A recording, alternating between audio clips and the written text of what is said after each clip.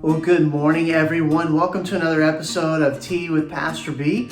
I am enjoying tea this morning in my Mission Springs coffee mug. So Jennifer and I and the kids went to Mission Springs last weekend to just kind of have a getaway. And for those of you who don't know what Mission Springs is, it's a campground that is owned and operated by our denomination, the Evangelical Covenant Church, tucked away down in some of the redwoods in the Santa Cruz Mountains. So down in Scotts Valley, beautiful place just to get away and to escape the city, escape everything that we know here in the hustle and bustle and busyness of life.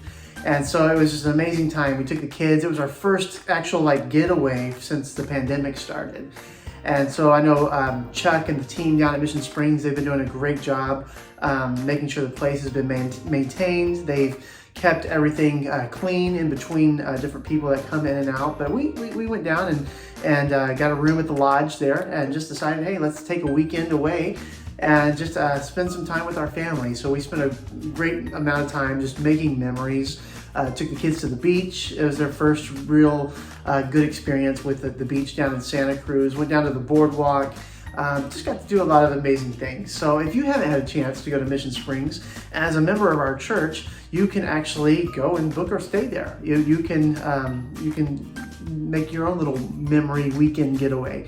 So I'll put the link down right here so you can go and check out the pricing on the lodges. Mission Springs, as many of you know, we were praying for them a few months ago because the fires down in the Santa Cruz area, were springing up due to the lightning storm we had, and so they had to evacuate for a couple of weeks, and so we're very thankful that they were protected, and so the fire never got down to their area completely, and so we're just so grateful, thankful for that, because God has used those campgrounds to do some incredible things. And so there are some events that our church will probably do there in the future, and I just think the world of the place. I think the world of our friend who operates it, Chuck Wysong, and his team. So thankful for them.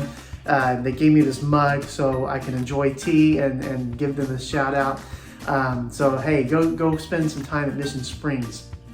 Hey, I just wanted to say a few words. I know we're getting into deeper into the fall. We're deep into election season. We're still deep into this pandemic. With our church, we are still meeting online on Sunday mornings, and so that's something that isn't going to change anytime soon in the immediate future.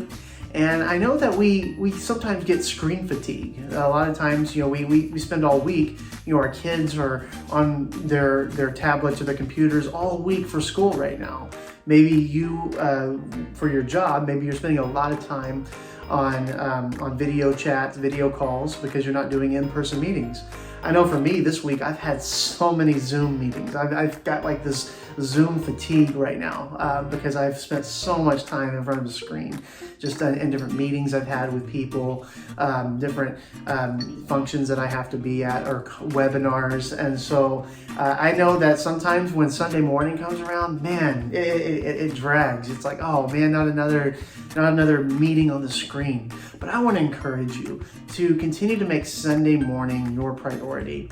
Even though you're not physically coming to church, even though we're not physically gathering, there is still something special about us being connected when we're all watching together online. And so I want to admonish you to make Sunday morning your anchor. Make it the most important priority of your week. Sunday is the beginning of the week, and so as you wake up Sunday morning, I just want to encourage you to build some kind of ritual around your Sunday morning viewing of our online services. Maybe you and your family could spend some time praying together before the service starts, or maybe after the service starts, as you process the sermon, process what you learned that day. But I want to encourage you to not just be a content consumer, but be someone who connects. As we began to jump into this pandemic season, it was just really thrust on us. We had no idea that we would be doing church this way. Honestly, whenever the pandemic started, we thought, hey, I guess we're just not going to have church in person for a few weeks. We'll close church down for 2 or 3 Sundays, and then we'll be back. And then that didn't happen. And then surely we thought by Easter we would be back, and then that didn't happen. And so then we went through the whole summer, and now we're deep into the fall, and we're still meeting online. And the reason for that is we're still monitoring the safetiness of it. We're also just gauging where we think we are as a congregation. And so we do have a plan to eventually reopen, and that will be in 2021. And we'll have more details coming out to you soon on that. But I just want to encourage you during this time of unknown, this time of uncertainty, continue to make God a priority. Continue to make our worship gathering on Sunday mornings a priority. I love just the fact that I can sit down on the couch with my family. We actually stream it onto our TV in the living room, so we can watch it on a bigger screen. But like I said, just build some kind of ritual around it, whether it's praying, maybe you go for a walk after service just to kind of process, what you've learned. But I just want to encourage you to make it a priority, make it important. Don't be a content consumer, but be a connector. Don't just isolate yourself. Don't just watch the service like it's an on-demand service and say, okay, well, I checked the box. I watched church this week. I got it out of the way. I want you to connect with others. Spend time in the comments with us. Spend time in these groups that we offer outside of Sunday mornings. We offer 3 different groups right now that are meeting, Sunday nights, Monday nights, and Wednesday nights. So surely at least one of those nights you would be able to make one of these groups. It's a great way to connect with others, to pray with others, check in, and just keep yourself accountable, keep yourself networking with others. And so I want to encourage you in those things. And so just remember this Sunday, we have the time change, so the clocks will fall back. So, don't be late for church. This is the time that everybody ends up being late.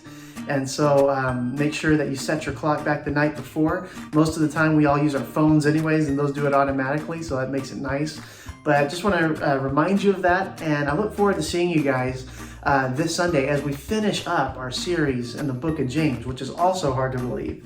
Hard to believe that we're coming to the end of a book we started back in September. But it's going to be exciting. I'm excited to meet with you guys Sunday morning, and I hope you guys have a safe, wonderful Halloween weekend, and we'll see you guys soon. Go and sin no more.